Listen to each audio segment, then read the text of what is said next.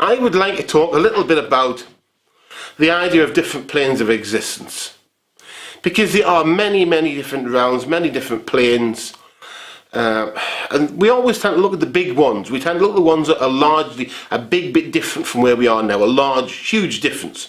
We don't look at the ones that are a little bit different, you know, the ones where your carpet doesn't have that mess that you spilled on it, and the one where it does. And some of them are very similar. Okay, now I don't want to scare you here, but they're very similar. So similar you might not know where you are. Now you think, well, what do I do about this? Well, the reality is most of the time I think people just go up and down without realising where they are. They just go up and down and that's it. Okay, but it does mean that some of the people who maybe look ill aren't actually ill. Okay, there's going to be some people who look to us, oh, that couldn't have happened, that's too crazy, that's just a little bit too far out.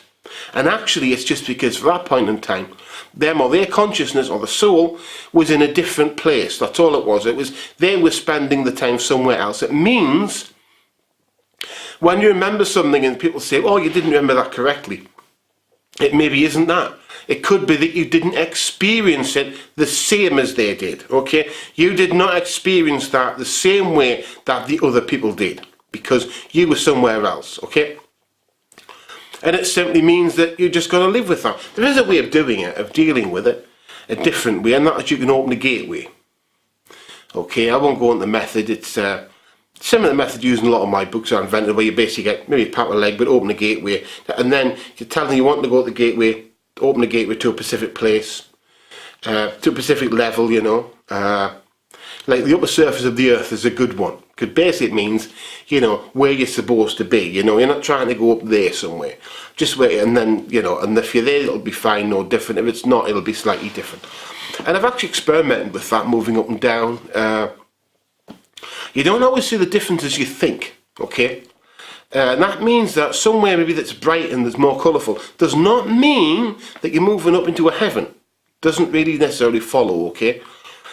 But again, the similarities are very, basically almost everything, okay? In that dimension, you tend to find things are cleaner, a little bit cleaner, a lot cleaner in fact, sparklier, brighter, you know. But some problems may actually be larger there, so you've got to move up and down. But it does mean that some of the time, people who are doing this all the time, they don't realise they're moving up and downwards. And that means that what you're talking about is there is a solid one of you in every single one of these dimensions. And as people have said before, what happens on earth affects in hell, but it seems to go downwards and upwards as well. There's a whole load of these. And that means that most of the time your soul or your consciousness may be in a different one. And that really brings us to the point that we're not all seeing things the same, okay? This is a more enlightened viewpoint than most people are probably used to, but basically speaking, we're not seeing everything the same, because it seems that for most of these in the same position, you're doing the same thing.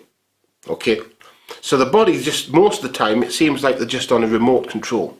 Most of them are just moving around. Maybe you're switching with other people, but like it's just on a remote control, and it just changes slightly as it goes downwards. So what happens is, if your consciousness moves to here, you won't know anything.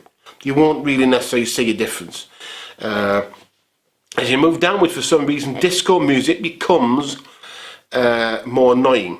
Okay, and if you move up, things tend to get cleaner, brighter. But I'm not sure that's up, but there's various different ones.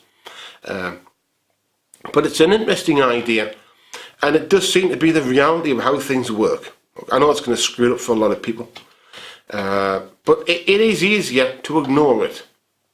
That's the key point. It is easier for most people to ignore this rather than to try to move up and downwards all the time. I was doing that quite recently. Well, at the time recording, I was doing it. You know, it have the problem that you end up trying to move upwards and downwards to try to fix the problems.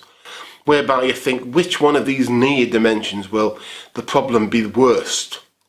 Knowing that if you solve it in that one, it won't exist in any of the others. That was my logic. Or could you make it the other way around? Because I'll reason, if I went to a different dimension, it wasn't there at all, it was very small. You know, very small problem, it would be difficult to solve. So you say, well, I've got the worst one, fix that. Then the other ones will be brilliant if I fix it there. You know, that's moving upward down, which is strange because most people travel this way. They travel along, but actually the Earth is round, but they travel this way. Where this is travelling that way, you're moving upwards and downs instead of side to side. What you're doing is you're moving your consciousness up and down and actually living in these different places. But the thing is, like I said, is that to other people that will be very much the same, but it means that people you're talking to either are different people or they're just a different reflection of that, which means we're existing on many different planes at the same time. And I suppose you could look upon this as a gift. But it is, I understand why people ignore it, because it's very difficult to deal with the concept that you're moving up and down all the time. And then you think, what do I do with my memory? Do I forget this thing here because it was that level? Do I remember it? And that's what I think the problem is. Human memory, we like to remember things that as if it's a line, where if you're going up and down a different existence, is that person, this person's a different person. And so you end up the point that it's easier to ignore this than to live that way, than to move upwards and downwards within this small area that's the same. Okay, we're not trying to do anything radically different, move to a whole new dimension, just very slightly different. I think that was part of the thing when I did the World Magick movement, which is a web series I did. And we did things to send things up into hell and down to hell and things like this in rooms, is that people didn't realise we were only moving them down a little bit, okay, and then back again. And what we were actually doing was moving them into dimensions that were very slightly different and then back up again, rather than there being a completely different dimension. We're just moving them down a little bit in reality and then up a little bit. But it is an interesting idea, maybe one you should think about, you know, is moving up and downwards still travel?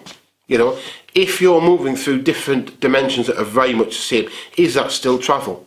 Because if it isn't travel, that means that every time you go to a city and walk into the same supermarket or the same branch, that isn't really travel. It's not really travel because it's the same. And it means that most places we go to, we're seeing the same thing, we're seeing the same changes. And so travel for us is really about different experiences.